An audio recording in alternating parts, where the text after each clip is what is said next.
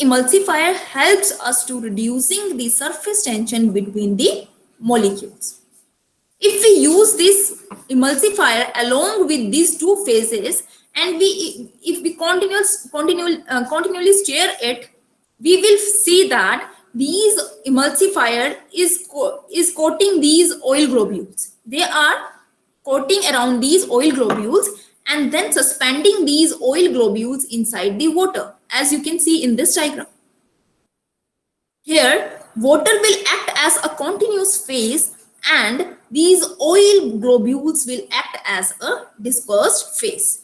And because these red layer that you can see in this diagram is the layer of the emulsifier, because this emulsifier is surrounding the oil globules, it means this oil and this water is not in direct contact with each other. So this emulsifier is reducing the interfacial tension between the oil globules and the water globules. So this, by using the emulsifier, we can easily get this kind of system. Here, the quantity of water is large and the quantity of oil is small. So in this case, the emulsion that is formed is oil in water type of emulsion. Oil is acting as a continuous phase and water is acting as a dispersed phase. Means oil molecules are dispersed into the water molecules. Now we should discuss about the emulsifying agent. We are saying that these emulsifying agent helps in reducing the surface tension. So what are these emulsifying agents?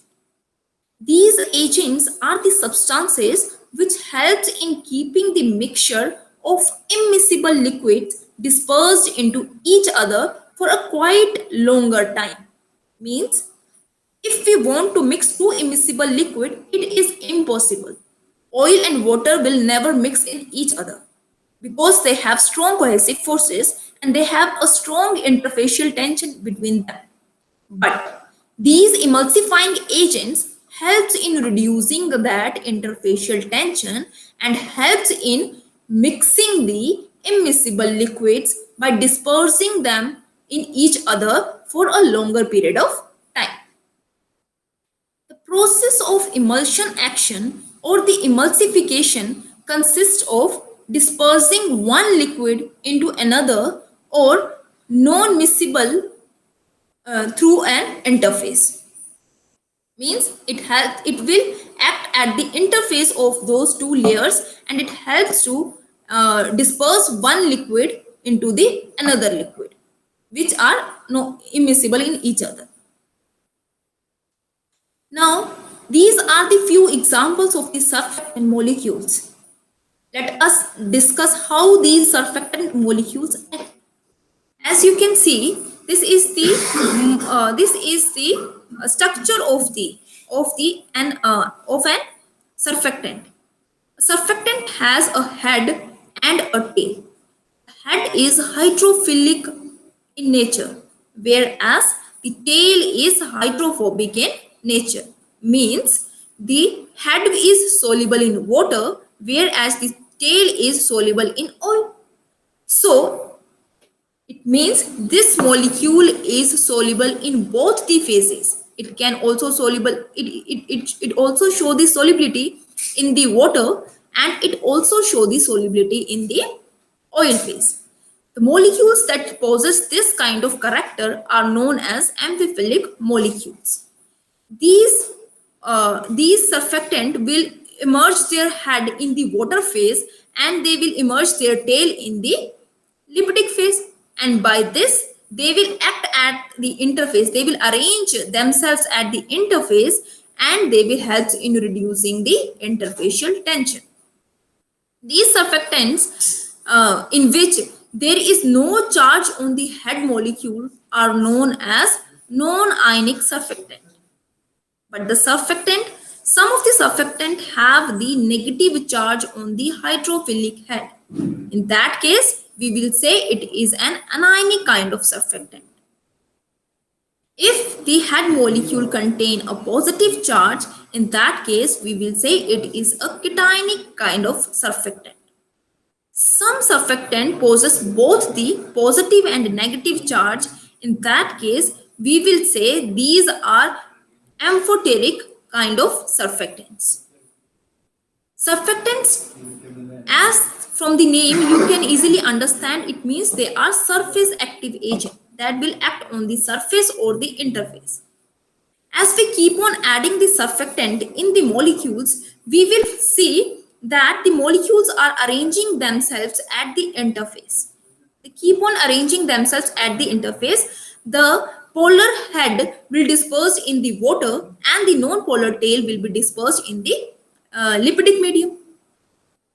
After a period of time, when the interface gets saturated, means there is no space for no space left for further addition of these surfactant at the interface.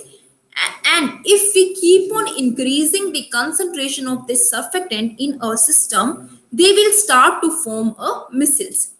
This is how a micelle look like. They will arrange themselves like this.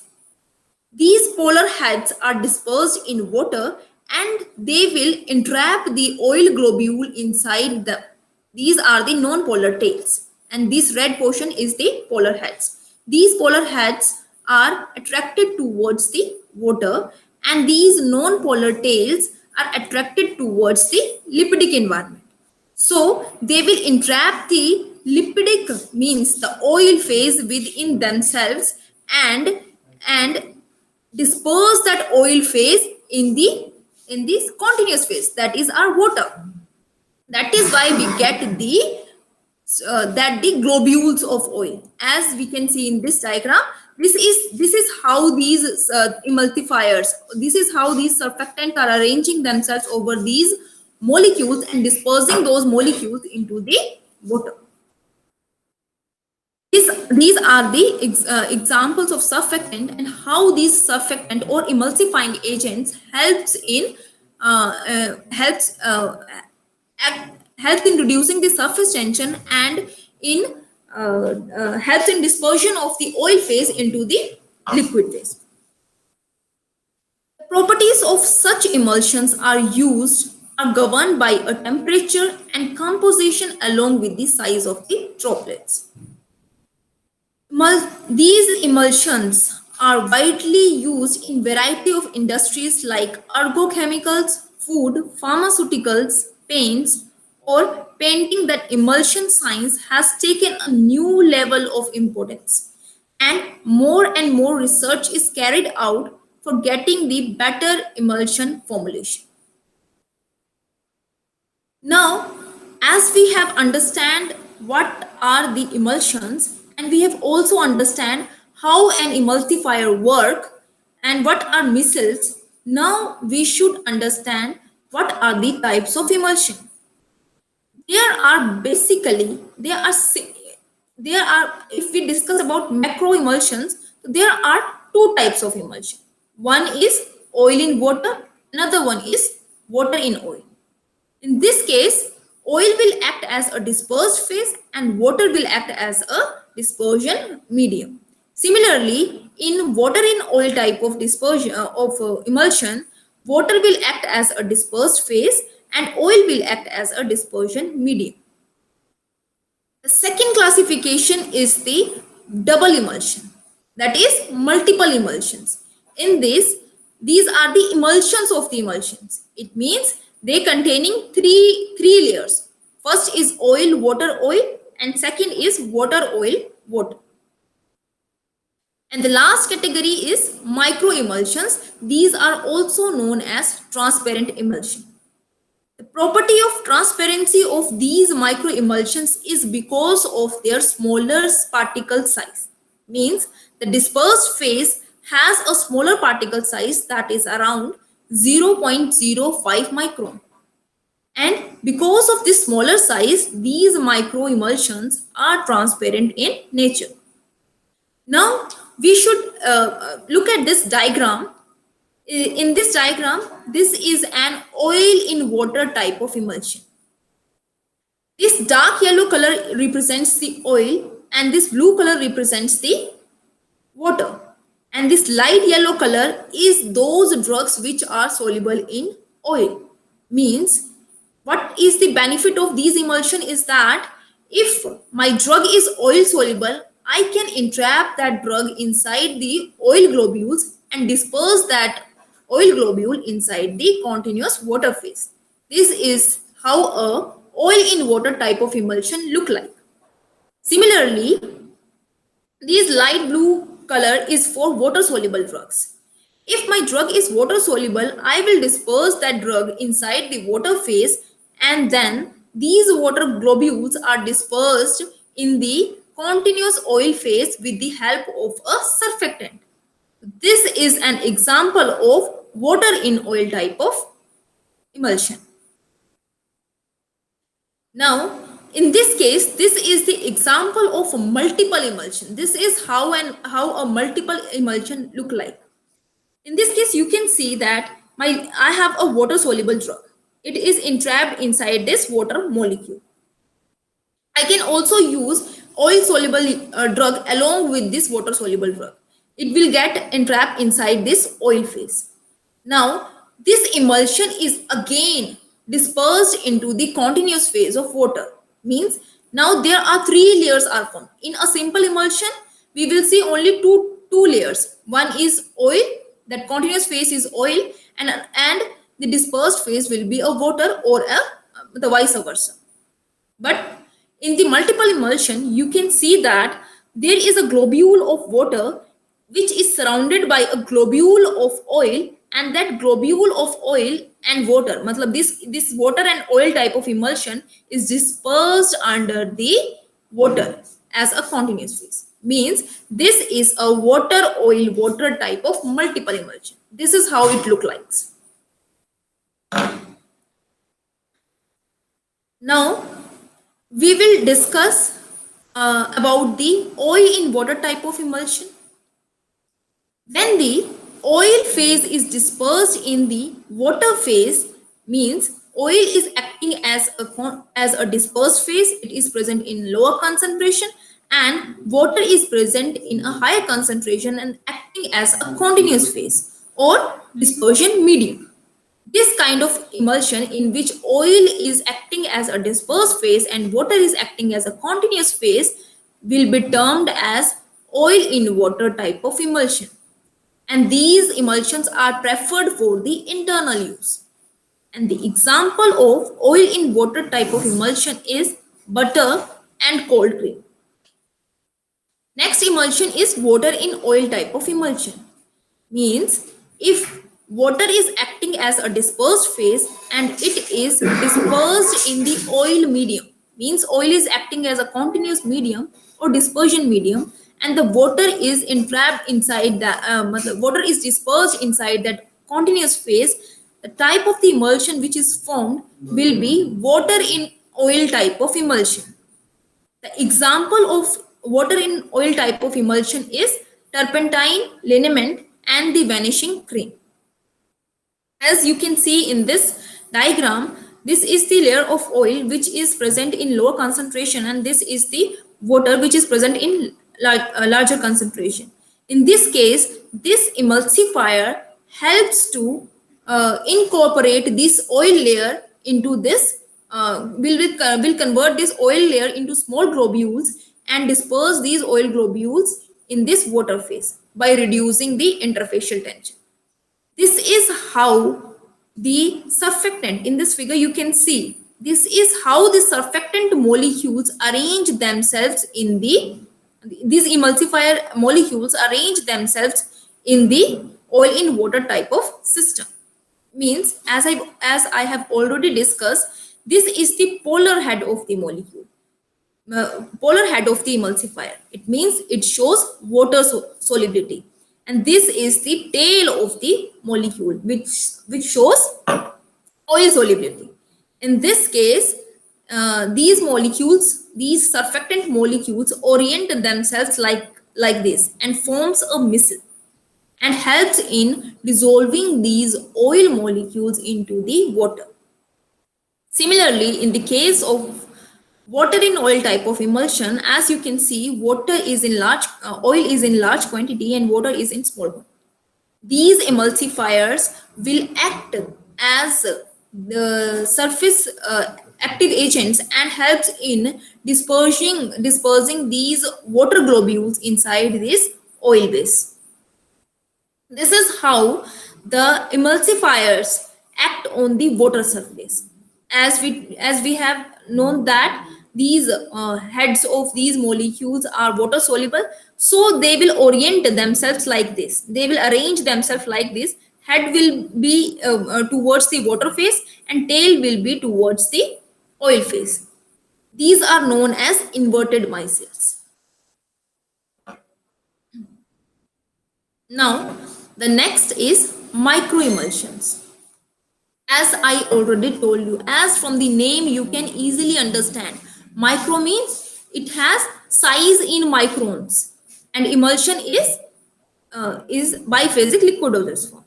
And microemulsion is also called as transparent emulsion. Why it is called as transparent emulsion? Because of the smaller size of the dispersed phase. Means if we talk about, if you can see in this diagram, if you see, this is the oil that is dispersed into the water, but here the globules of the oil are larger in size, so the kind of emulsion is porous emulsion. But if I reduce the size of these emulsions, if I reduce the size of this dispersed phase and converted them into a fine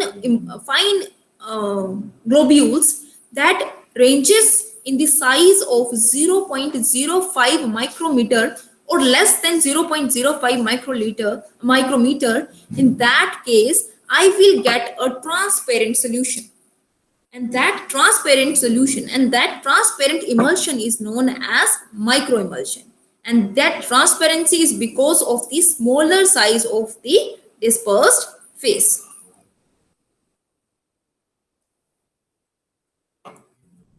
Emulsions are used for administration through a different routes. Emulsions can be used for oral administration. Usually, oil in water type of emulsions are used for oral administration, because water in oil type of emulsions are very viscous in nature, so it is very difficult and it is not compatible for a patient to take that kind of emulsion. So we usually, for the oral administration, we use oil in water type of emulsion. Example is cod liver oil. Emulsions can be used for external uses also. These may be either oil in water type or water in oil type. Oily calamine lotion is the example of the emulsions that are used for the external use. Now, the emulsions for the parenteral use. These are used to administer fat-soluble vitamins such as A, D, E, and the oil-soluble sex hormones, because their absorption in the form in their own form is very rapid. In this form is very rapid. Example is Claviprix. So if we want to increase the solubility of these fat soluble vitamins or these oil soluble sex hormones, we can go for the emulsions that are used parenterally. Emulsions for rectal use. These are used in the forms of enemas. I have already discussed in monophasic liquid dosage form what enemas are. They help in evacuating the bowel. If a patient is suffering from constipation, in that case we can use these enemas to evacuate the bowel. Starch mucilage is generally used in the preparations of enema.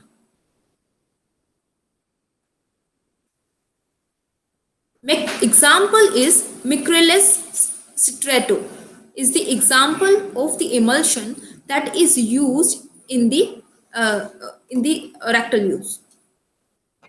These kind of emulsions are used for the localized action or as an animus to evacuate the bowel before a bowel surgery or if a patient is suffering from constipation. These are the classification of the surface of the emulsions on the basis of their route of administration. Now, classification of the emulsifying agents. Emulsifying agents are classified into 5 categories on the basis of the sources by which we can get it. The first category is natural source. The natural source is further classified into 2 categories. One is vegetable source and another one is animal source. Further classification of emulsifying agent is semi-synthetic emulsions, and there are synthetic emulsifying agents, there are inorganic emulsifying agents, and there are alcoholics. These are the 5 categories in which we can get the emulsifying agents. Now, the selection of an emulsifying agent. If we are preparing an monophasic biphasic liquid dosage form, in that we need an emulsifying agent. How could we know which emulsifying agent we should use or how much amount of the emulsifying agent we should use? The selection of the emulsifying agents entirely depend upon 2 things. One, it depends on the use to which an emulsion is required. Means which type of emulsion we are going to prepare. Whether we are going to prepare oil in water type of emulsion or we are going to prepare water in oil type of emulsion.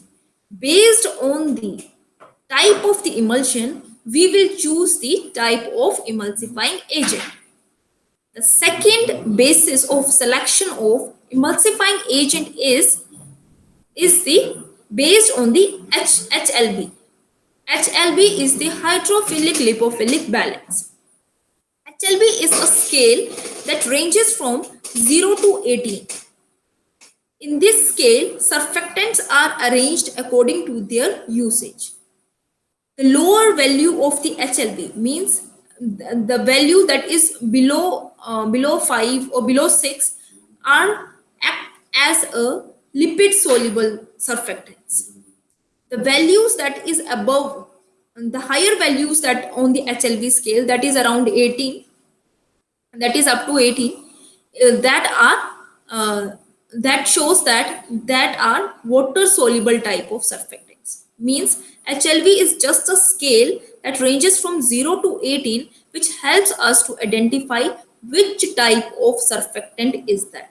Lower the value, lipid solubility, surfactant will show lipid solubility. Higher the value, surfactant will show water solubility. On the basis of this HLB value, we will select which type of surfactant we will use for oil in water or water in oil type of emulsions. To produce emulsions of oil in water type, emulsifiers in the HLB value ranging from 8 to 18. As I already told you, that higher the value means the surfactant or the emulsifier is very water soluble. In this case, you can see the continuous phase is our water, means the water is present in the large quantity, in large concentration. So the surfactant that we need should be a water soluble surfactant. So in this case, we will use that surfactant which shows water solubility. And how could we know that? Through this HLB scale. If it ranges between the 8 to 18, it means that surfactant or that emulsifier is going to show more water solubility. Similarly, if we are preparing water in oil type of emulsion, in this case, we are using water as a continuous phase. For this, the HLB value that ranges between 3 to 16 are used. HLB value does not give us the exact desired result. It just gives us the idea which type of surfactant we should try in which type of formulations. We can use more than one surfactant in the preparation of emulsions. This is not necessary that we will only use only one surfactant. For a better action, we can use more than one kind of surfactant. The formula to calculate the HLB value is the amount of the emulsifier to be added. We how much we have discussed in the previous slide. We have discussed the selection of the emulsifying agent. How we can select which kind of emulsifier we can use. We have discussed two methods, that which kind of emulsions we want to prepare, and second one was the HLB value. If we want to prepare oil in water type of emulsion, we will on HLB scale, the emulsions that lies between 8 to 18 number, we will use those. And if we want to prepare water in oil type of emulsion, the emulsions that lies between 3 to 16, we will use them. This is the which type of emulsion we are going to select. But in next slide, we are discussing about the amount of emulsion. How the amount of the emulsifier that is added in the emulsion can be calculated by using HLB values. Means if we are preparing a particular emulsion, how much amount of emulsifier we require to stabilize that emulsion. It can be calculated by this HLB values of the emulsifier by the following formula. In this, the required HLB value means which HLB value I required for my emulsion is subtracted the HLB value of B, which is the higher HLB value of the emulsifier. It is divided by the HLB value of A, which is the lower HLB value of the emulsifier. And this is subtracted by the HLB value of the higher emulsifier. And the answer that we get is the amount of the emulsifier that we required for the preparation of the emulsions. By this formula, we can calculate the amount of the emulsifier that is needed in the preparation of the emulsification system. Now, for the formulation of emulsions, there are different kinds of emulsifying agent, and there are different kinds of excipients, or there are different kind of compounds that we use in the preparation of the emulsion. Let us discuss each of these compounds individually. The first compound for the preparation of emulsion is emulsifying agent. This is the most essential compound in the preparation of emulsion. If we are not using these emulsifying agents, we will not able to disperse the two immiscible liquids in each other. Now, what are emulsifying agents? Emulsifying agents reduces the interfacial, thing I have already discussed, that these emulsifying agents helps in reducing the interfacial tension between the two phases, oil phase and the aqueous phase, and then make them miscible in each other and form a stable emulsion. Emulsifying agents are also known as emulgents or emulsifiers. Means by acting at the interface of the two immiscible liquids and reducing their interfacial tension, these emulsifying agents helps in dispersing the one phase into the another phase. There are some common emulsifying agents. The examples are acacia, polysorbate 20, polysorbate 60, polysorbate 80, and tragacanth. These are the few examples of the emulsifying agent. This is the first compound that we need in the preparation of the emulsions. Second excipient that we need is the preservative. Emulsions are prepared by using emulsifying agent such as carbohydrates, proteins. These emulsifiers are that we use from the natural source are made up of carbohydrates and proteins. These emulsifier uh, will be prone towards the bacterial growth or fungi growth. And in emulsion, there is also presence of water in it. And this water will trigger the growth of these bacteria and the fungi. So, it is very essential to add a preservative in the emulsion. In order to preserve the emulsion properly, we have to add some of the preservatives so that it can resist the bacterial and fungi growth in the system. Examples of the preservatives that we use in these formulations are benzoic acid. We use it in 0.1 to 0.2%. Methyl paraben and propyl paraben are also used in the concentration of 0.1 to 0.2%. Chloroform can be used in the concentration of 0.25%. Cetrimide can be used in the concentration of 0.002 to 0.01%. These are the few examples of the preservatives that we can use in the emulsions to preserve it from bacterial or fungal growth. Third excipient that we need in the formulation of emulsions are antioxidants. As emulsions are the liquid dosage form, and whenever we open the container, they will come in contact with the environment. In the environment, oxygen is present, which can oxidize the fats, means the oil phase of the emulsion. Emulsion is made up of oil and water. The fatty phase of the emulsion can get oxidized by the atmospheric oxygen during the storage of the emulsion. To prevent this oxidation of the fats, and not only fats, these emulsifying agents that we are using can also get oxidized. If they get oxidized, they will not perform their function. It means they will not reduce the interfacial tension and our emulsion will break, and our emulsion will be unstable. So it is very essential to maintain the formulation as such. By adding the antioxidants, we can overcome this problem of oxidation. It can be avoided by antioxidants such as gallic acid and ascorbic acids.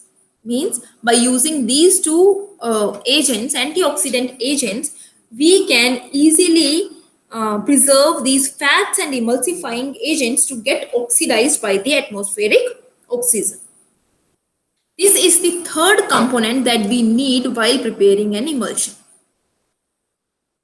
The next component is the flavors, because as we know that we also take emulsions internally, and even though if we are applying it externally, flavors gives us flavors gives the patient compliance. People's like a flavoring substance. So for that case, vanillin is used as a good flavoring agent for the liquid paraffin emulsions. Liquid paraffin has its own odor. We don't patient do not want that odor, so we can add vanillin to overcome that foul smell of liquid paraffin. Benzaldehyde is generally used as a flavoring agent for the cod liver oil emulsions. These are the examples of the flavoring agents, and they are used in which type of emulsion. Vanillin is used in liquid paraffin emulsions, and benzaldehyde is used in cod liver type of emulsions. This is the fourth component that we required for the formulation of the emulsion. By mixing these four components, we can easily get the desired emulsions. We can get the desired and the stable emulsions. Now, the theories of emulsification. Droplets can be stabilized by three methods. In emulsion, the globules are dispersed in the continuous phase, and that globules are also known as droplets. They can be stabilized. They can be unstable, but we can stabilize those globules for a longer period of time by these three methods. First is by reducing the interfacial tension. Second is by preventing the coalescence of the droplets. And the two methods by which we can do is by forming of rigid interfacial film, the film that is formed between the two phases. we can if we rigid that film, interfacial film, the coalescence can be stopped. And if we are if we form a electrical double layer, then also the stability of the emulsion can be increased. Coalescence means if two globules are combining together and forming a larger globule, that is known as coalescence. Let us discuss the first step, first theory of emulsion, that is reduction of interfacial tension. To disperse the uh, dispersed phase into the continuous phase, we have to we have to break the liquids into the smaller particles. As we break the liquid into the smaller particles, the interfacial area will be increased as compared to the original liquids, because smaller the particle size, larger will be the surface area. If a substance has a larger surface area, it means it is going to have more surface free energy. And if a substance has more surface free energy, it means it is going to have a more interfacial tension. any substance any substance does not want a high surface free energy. Every substance want to reduce that surface free energy, and it can only be reduced if they increase their surface area. So when we break that liquid into fine particles, they tend to coagulate again and form a larger particle, so that they can release the surface free energy. But this will separate the two layers that we won't want. So for that case, we have to reduce the interfacial tension between the two layers, and this can be reduced by adding the emulsifying agents or the surface active agents. The need to decrease, and these surface active agents and these emulsifying agents helps to reduce the interfacial tension of the molecules, and then a stable emulsion can be formed. This is the first theory by which we can maintain the stability of the emulsion by reduction of interfacial tension. The second theory is we want to form a rigid interfacial film, means the film that is between the water and the oil globule. Okay? That film should be rigid. If the film is rigid, it is difficult to break. And if it will not break, it means the phases will not separate or the phases will not coagulate with each other. So for that, there are two conditions. One is monomolecular and another one is multimolecular.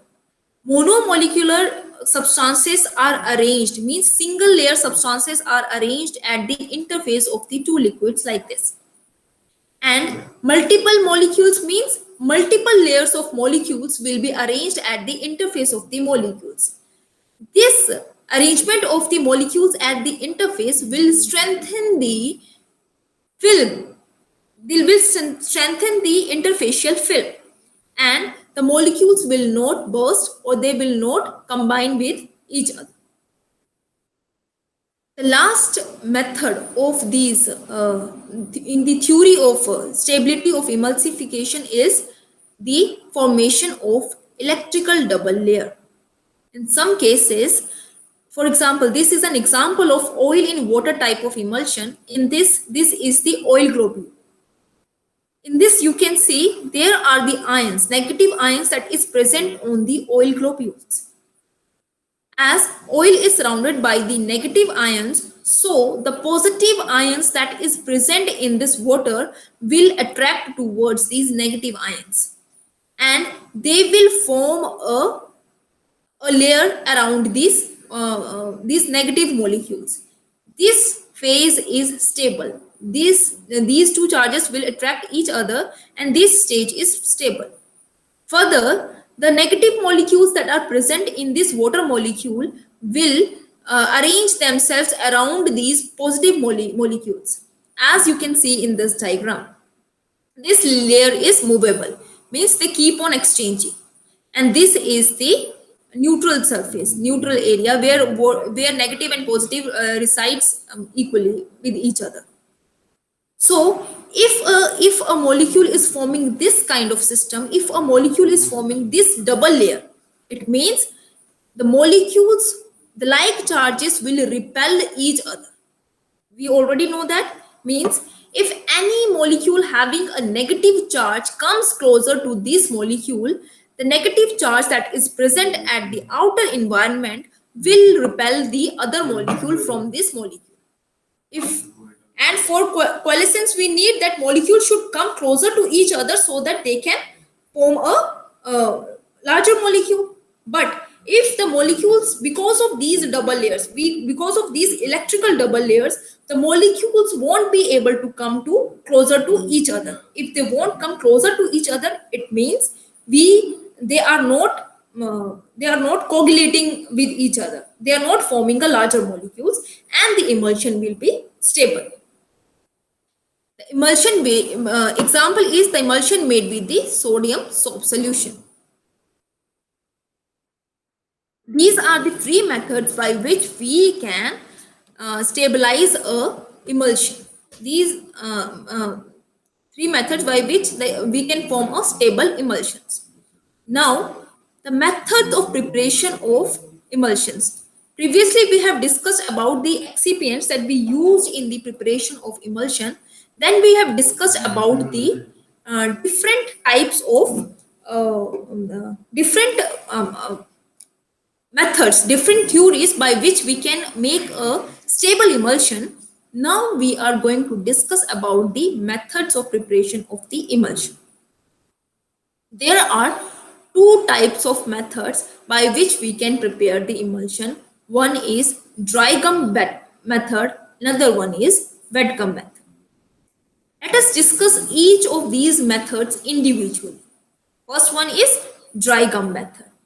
In this method, this is the ratio 4:2:1. This is the ratio in which we will take oil, water, and the gum. Gum means surfactant or emulsifier. We will take 4 parts or 4 volumes of oil. We will take 2 parts of water and we will take 1 part of gum, means surfactant. And how this is prepared? We will take acacia, which is the example of an emulsifier. We have already discussed this is the emulsifier. We will take acacia or any other oil in water type of emulsifier, and then triturate. This is the mortar pestle in which we will put this acacia, this gum. Okay, and then we add oil along with this gum in this mortar pestle. Then we will triturate it with the help of a pestle. Triturate means we have to rotate it and squeeze it in this pestle. So we will keep on mixing it thoroughly for a period of time. After the emulsion is completely mixed, after this oil phase and the acacia, this gum is completely mixed, then we add the water phase. There is one condition: we should not use the mortar pestle that is made up of glass. Glass mortar pestles are very smooth in appearance. They are very smooth. So when we are triturating, they will not help in reducing the size of the dispersed phase. We want to disperse the phase in the this is an oil in water type of emulsion.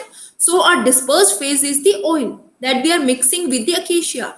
When we are triturating, it means we are reducing the size of this oil while triturating it with the emulsifier.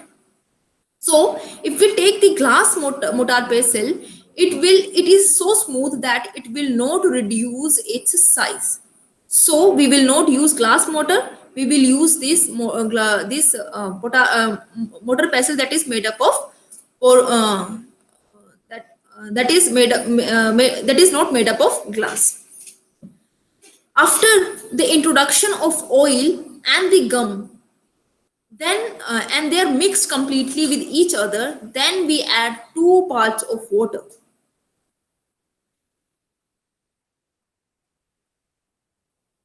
2 parts of water are then added all at once, and the mixture is triturated immediately.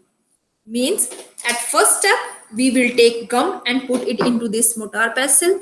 Then we will add the 4 parts of oil in this, and then we will triturate these with the help of this pestle.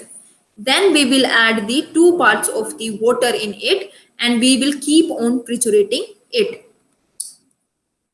till a emulsion is formed.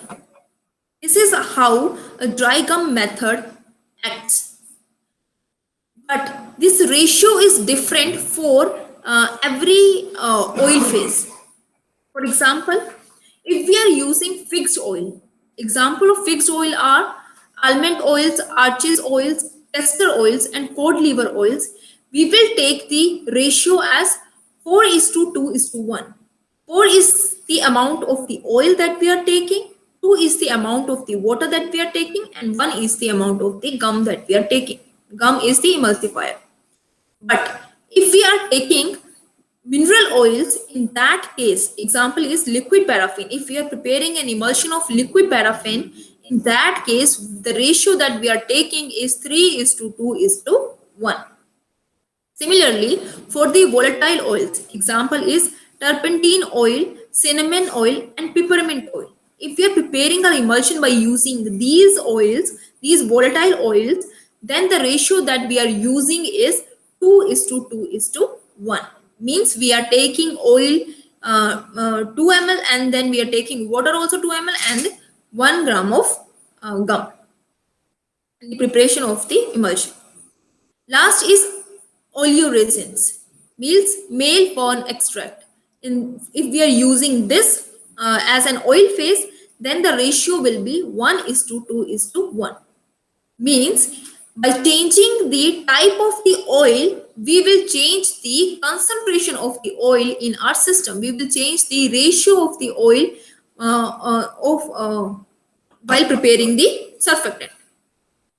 Next method is the wet gum method. I have discussed that there are 2 types of method. One is dry gum method that we have discussed in my previous slides, and now the next method is wet gum method.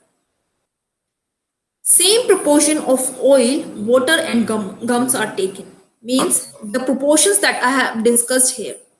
We have to take water, gum, and oil in the same proportions in that is written in this table. In this, only the method of preparation is changed. Proportions are not changed, but the addition of the compounds, the sequence of the addition of the compound has been changed. The same proportion of oil, water, and gums are used as in the continual or the dry gum method, but the order of mixing is different. Mucilage of gum is prepared by triturating acacia, or you can take any other emulsifier with water. Matlab, in first step, in case of oil dry gum method, we were triturating the acacia, means the emulsifier, with the oil. But in this case, we are triturating the gum with the water and making a mucilage. And after this trituration, after the complete mixing of this gum in this water phase and a complete mucilage is formed, then we add the oil slowly. In that case, we are adding the water in one go, but in this case, we will add oil slowly in some proportions. And the mixture is triturated to emulsify the oil. So we will triturate it so that the oil globules should be small. Should the mixture become too thick during this process, the additional water may be blended into the mixture before other successive proportion of the oil is added. While mixing this, if we feel that the mixture is very viscous, in that case we can add more water before adding the other proportion of the oil. This is how we prepare. This is the second method by which we can prepare the oil in water type or any other type of emulsion. Next emulsion is the multiple emulsions. These are also known as double emulsions. These multiple emulsions are more complex systems as the drop of the dispersed phase contain even smaller droplets. In most cases, the identical with the continuous phase, but are separated physically from a continuous phase. Means if it is an oil in water type of emulsion, then we will have to disperse the oil in water type of emulsion in oil. Means two continuous phases are separated by a dispersed phase. Oil, here you can see this oil is a continuous phase, and this there will be two continuous phases which is separated by a dispersed phase. This water will be a dispersed phase. In this case, this oil is dispersed phase for this water, and this whole emulsion, oil and water type of emulsion, is acting as a dispersed phase for this oil. Here the continuous phase is the oil. These are the complex systems as the drops of the dispersed phase contains even smaller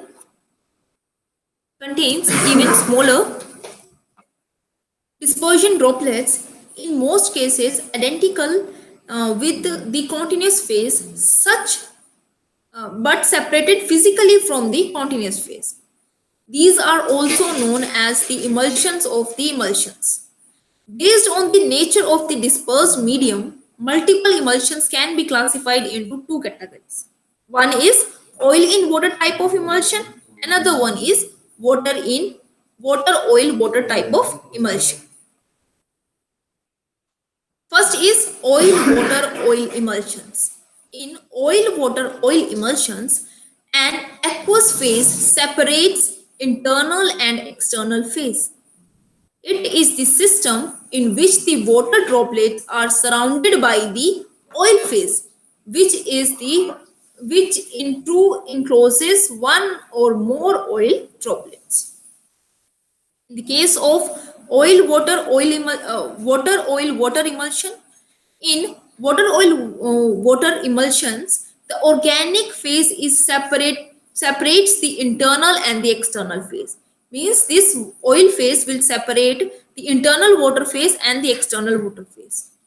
In this system, in which the oil droplets may be surrounded by the aqueous phase, which in turns one or more several water droplets. Now, what are the advantages of multiple emulsions? The advantages of multiple emulsions are they have the remarkable degree of biocompatibility. Means these multiple emulsions shows higher biocompatibility with the other with the biological systems. Hydrophilic and hydrophobic drugs can be entrapped within the same system.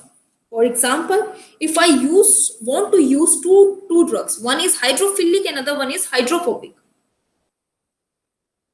Means one is water loving and another one is water hating drug.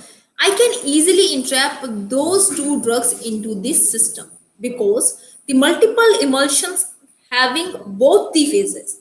It also contain oil and it also contain water.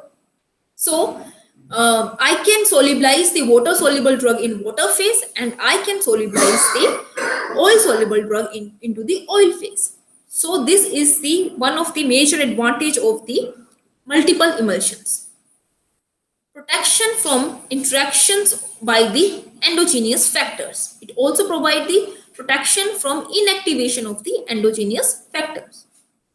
It increases the drug dosing intervals. Means the frequency of dosing will be reduced. It helps in masking the bitter taste of the drugs. The drugs which are bitter in taste can be dispersed in these kind of emulsions, and it helps in masking their bitter taste. These are the few examples of the multiple emulsions. Now, what are the disadvantages of the multiple emulsion? They have shorter life. Emulsions are thermodynamically unstable, so these systems have shorter life as compared to the solid dosage forms. They are packed in the plastic or the glass container, so care should be taken during handling and their storage. As they are liquid preparation, the care should be taken while the handling of this. They are bulky in nature, so it requires special care for their handling and their storage. These are the disadvantages of the multiple emulsions. Now the applications of the multiple emulsions. Multiple emulsions helps us to control and sustain the drug release, which means we can easily control the release of a drug by incorporating it into the multiple emulsions. We can control the release of the drug in two ways. One is we can control the time of the release. Means we can control the period for which a drug is going to be released.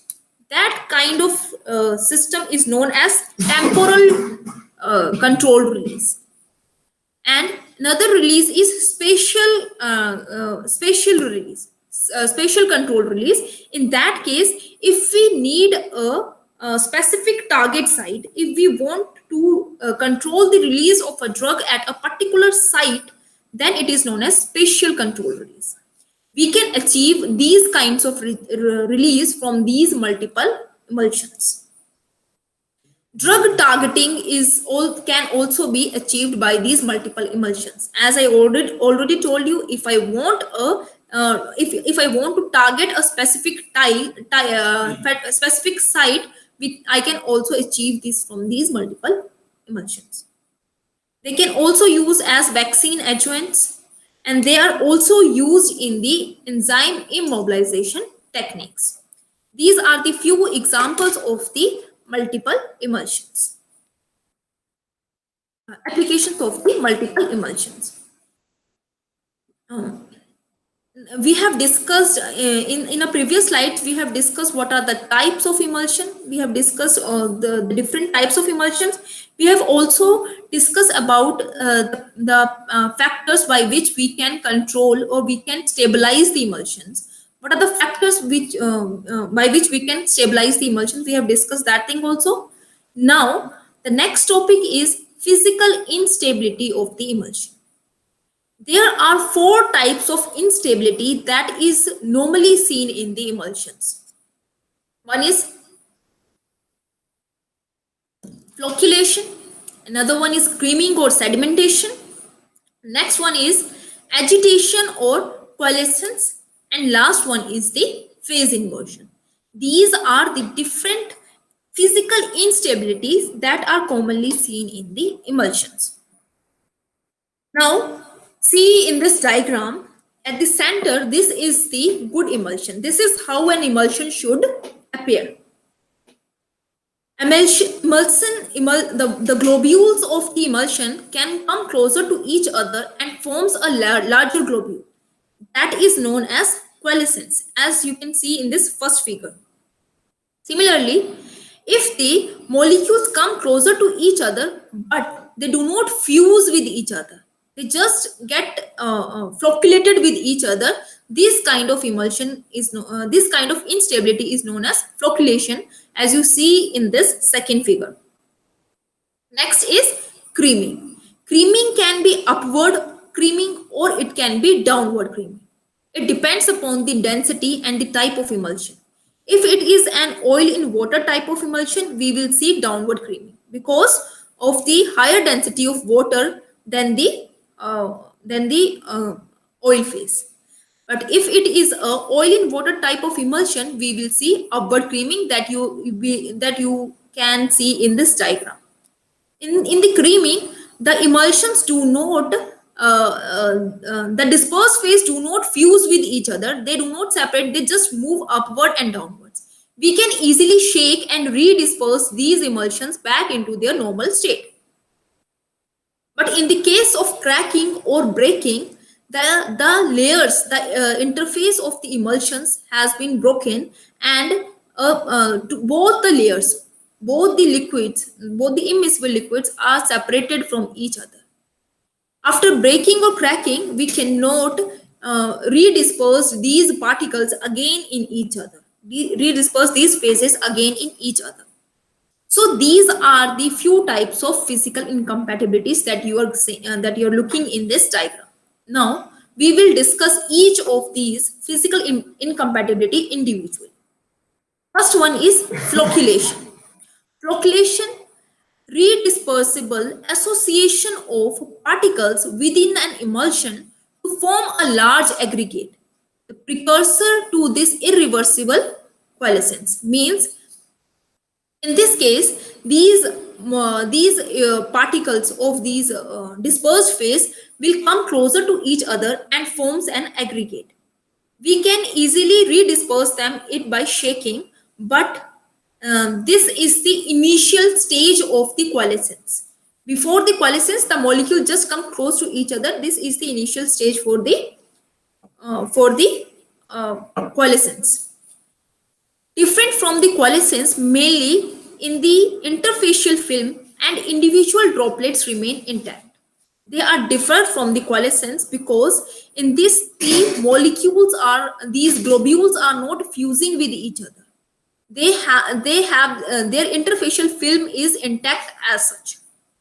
So in this way they differs from the coalescence. The influenced by the change on the phase of the interfacial globules. This is how in this diagram you can see this is how the flocculation looks like. The particles are just arranging themselves, they are just associating with each other, but they are not fusing with each other. Next one is creaming. As I already told you, creaming can be upward or downward movement of the molecules. It entirely depends upon the density of the molecule, the density of the two phases. If the emulsion is oil in water type of emulsion, we will see upward creaming because the oil globules will move upward. It has lighter density than the water molecules. But if we have an oil in water type of emulsion, we will see downward creaming of the molecules. The rate of creaming can be calculated by the Stokes law. This is the formula that we use for to calculate the to calculate the Stokes law. This is V1 is equal to G rho 1 minus rho W multiplied by this diameter, square of diameter divided by 80 mu. This V is the terminal settling velocity of the globules. This G is the gravitational acceleration.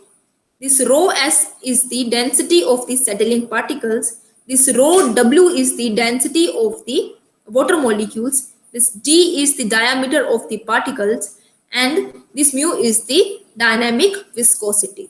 By this formula, we can calculate the rate of creaming. Next instability is coalescence. In coalescence, the molecules come closer to each other as we have seen in the case of flocculation. The molecule comes closer to each other and they will merge in each other and forms a larger globules. After this coalescence, there are chances of breaking of the emulsions or the cracking of the emulsions. In the coalescence phase, the molecules just come closer to each other and they fuse with each other and forms a larger molecule. This is how the coalescence look like. You can see in this figure. Next is breaking. Breaking is destroying of the film surrounding the particles. Means in breaking or in cracking, there is complete destruction of the film that is surrounding the particles. The major factors to prevent the breaking is to increase the mechanical strength of the interfacial film. that we have already discussed in the factors by which we can make our emulsion stable. In that case, we have discussed the if we increase the mechanical strength of the interfacial film, we can prevent this kind of incompatibilities in the emulsions. These incompatibilities arises because of the environmental conditions, because of the higher temperature, or because of the humidity that is present in the environment. And the other factors is the concentrate if the concentration of the surfactant is less, or if we are not using the appropriate surfactant. All these conditions are responsible, all these events are responsible for the instability of the emulsions. So let me repeat it again. There are four types of incompatibilities that we usually see in the emulsions. First one is coalescence, in which the particles move closer to each other and fuse together. Means their interfacial layers are dissolving and they are fusing together.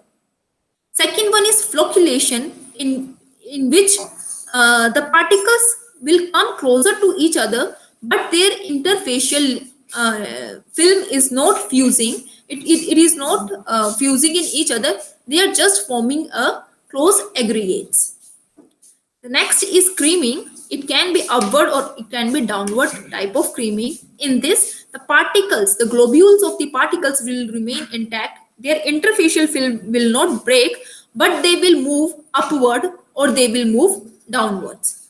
This creaming can be this creaming can be achieved by this creaming even by simple shaking. We can redisperse these particles again into the previous state. And last one is the breaking.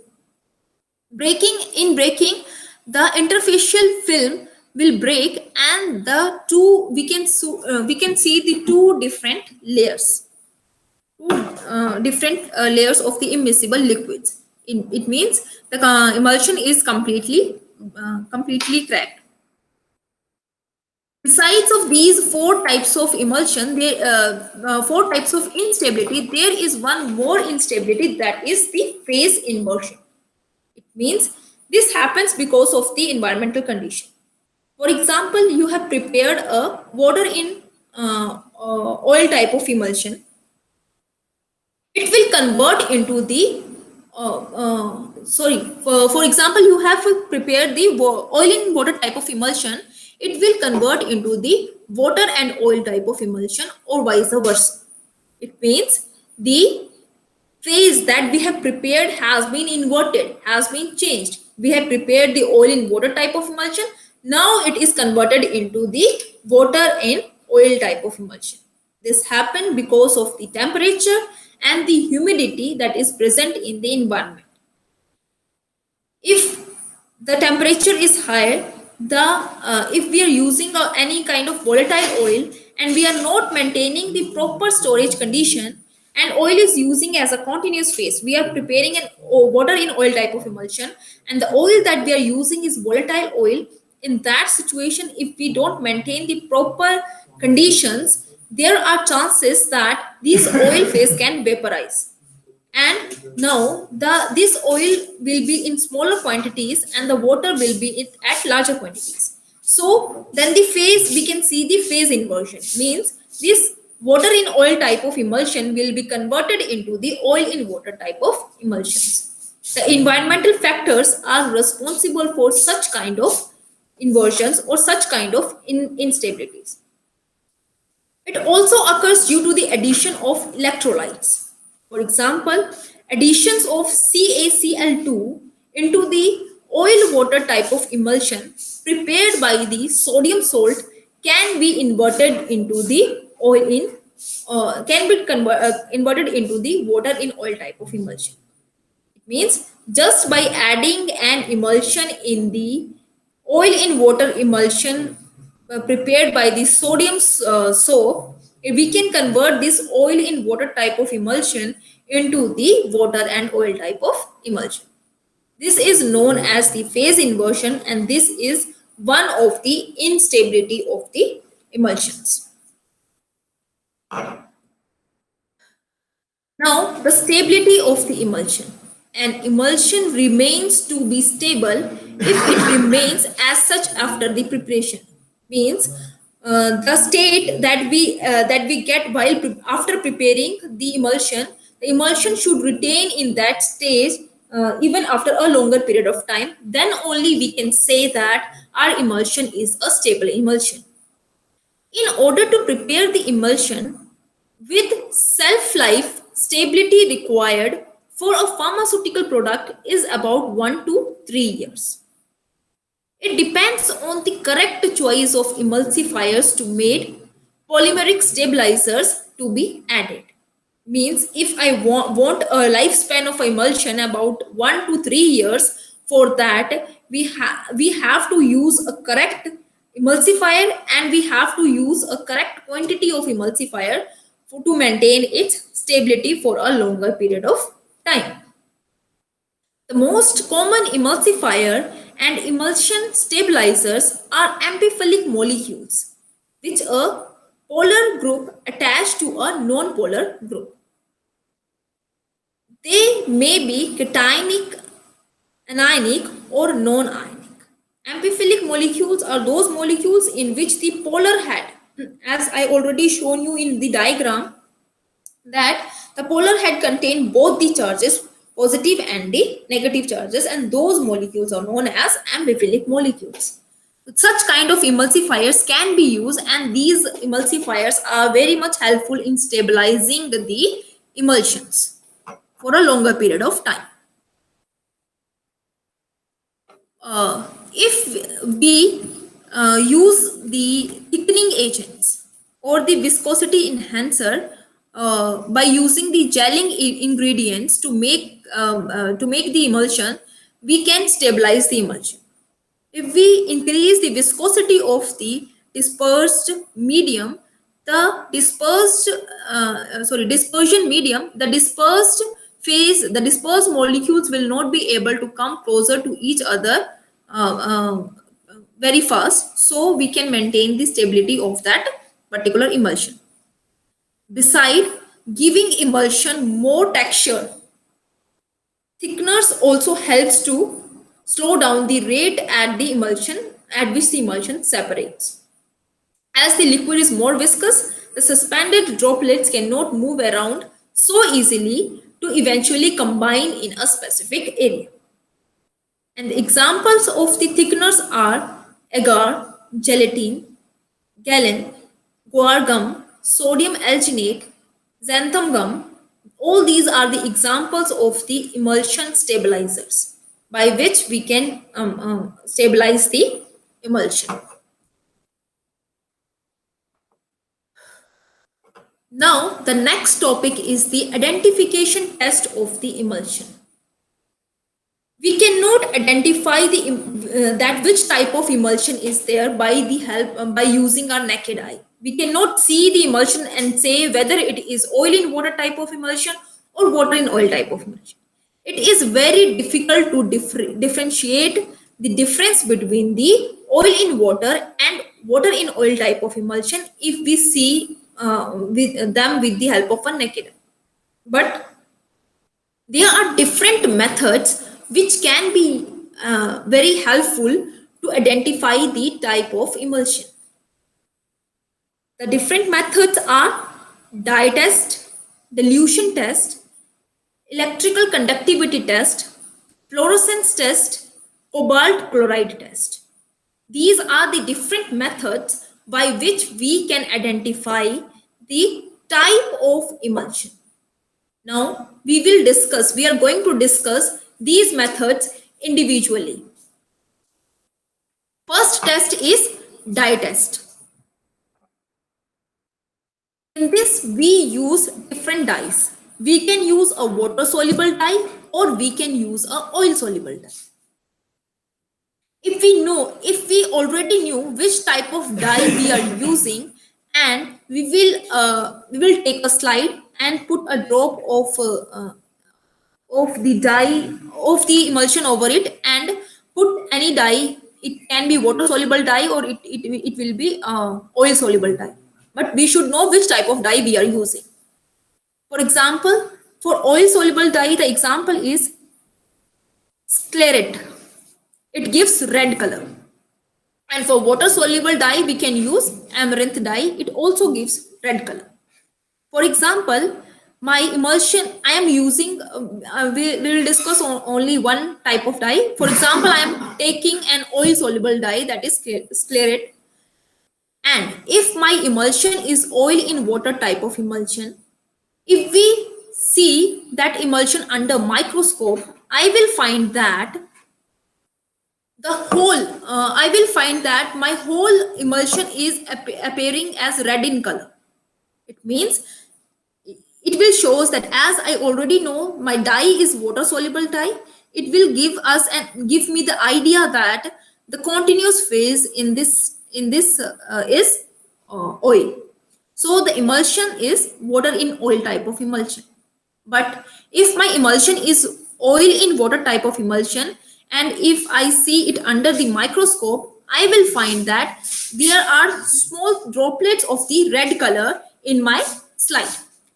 And that small droplets will indicate that the oil is acting as a dispersed phase, and water is acting as a continuous phase. Similarly, we can apply these in the water soluble dye.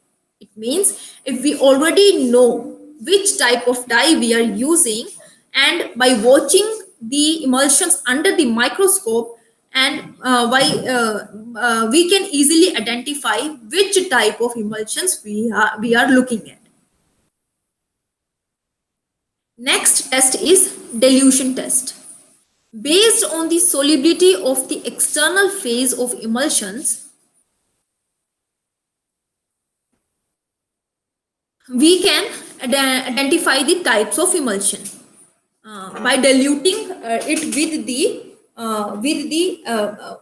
the compound that is present in the external phase. For example, if I am having an oil and water type of emulsion, I can dilute this emulsion with the water phase.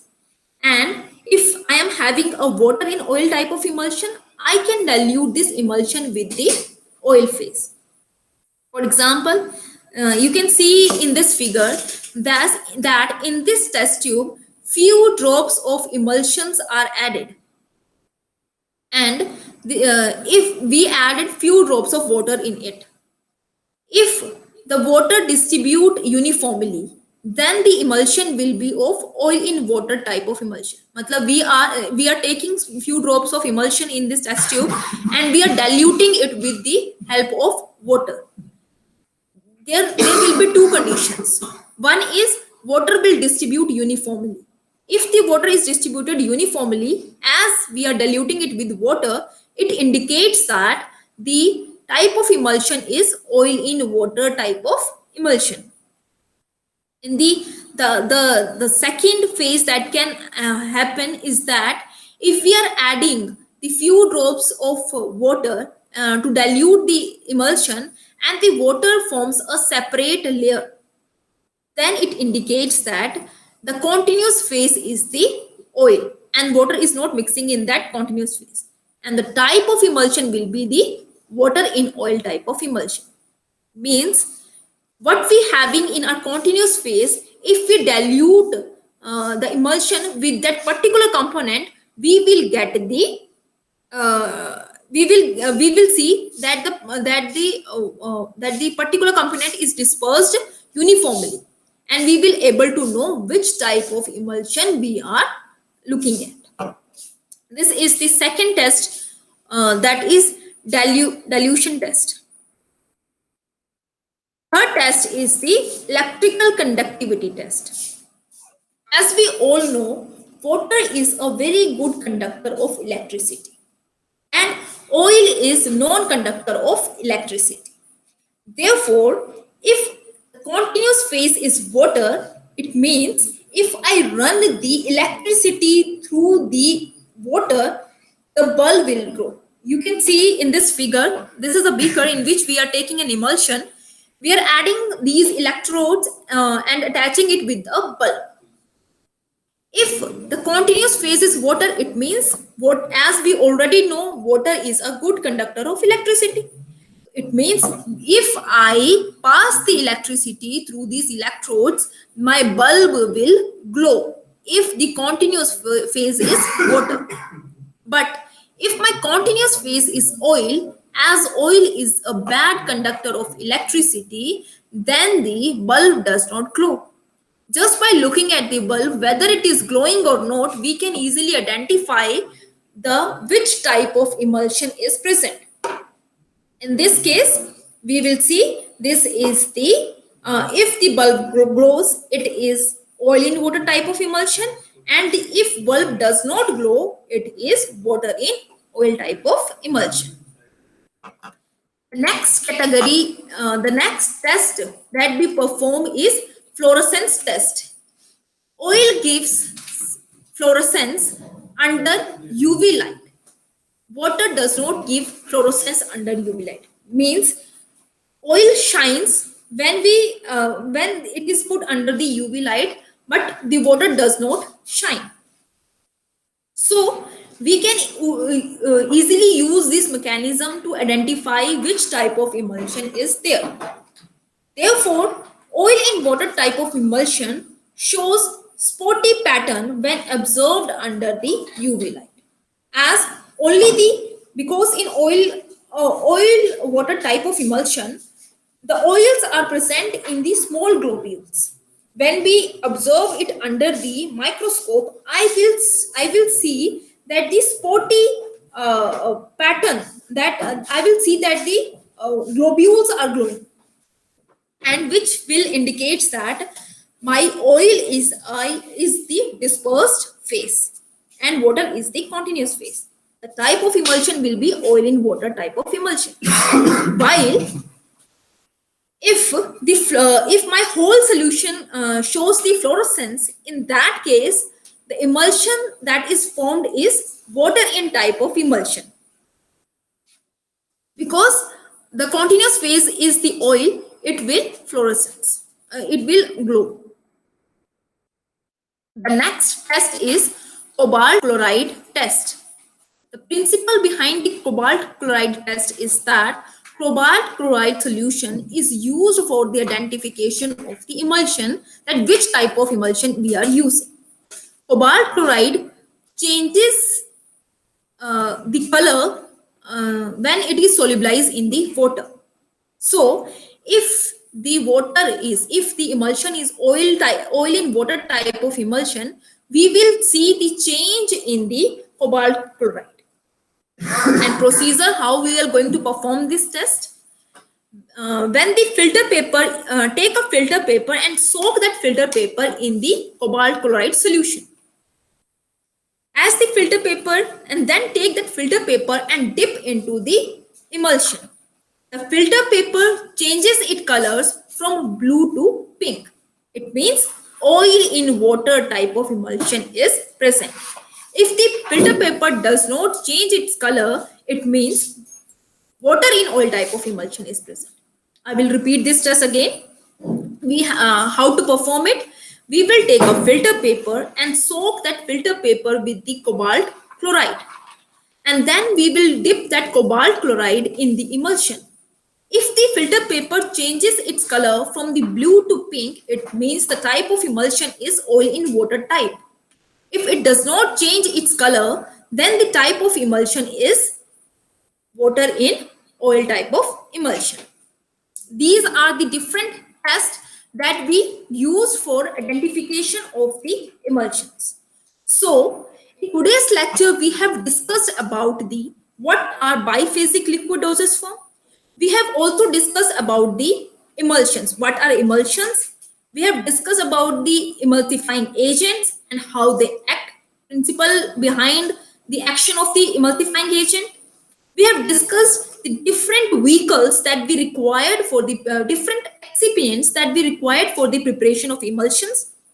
We have also covered the different mechanism by which the stability of the emulsion can be improved. Then we have discussed the problems associated, the physical incompatibilities associated in the emulsions.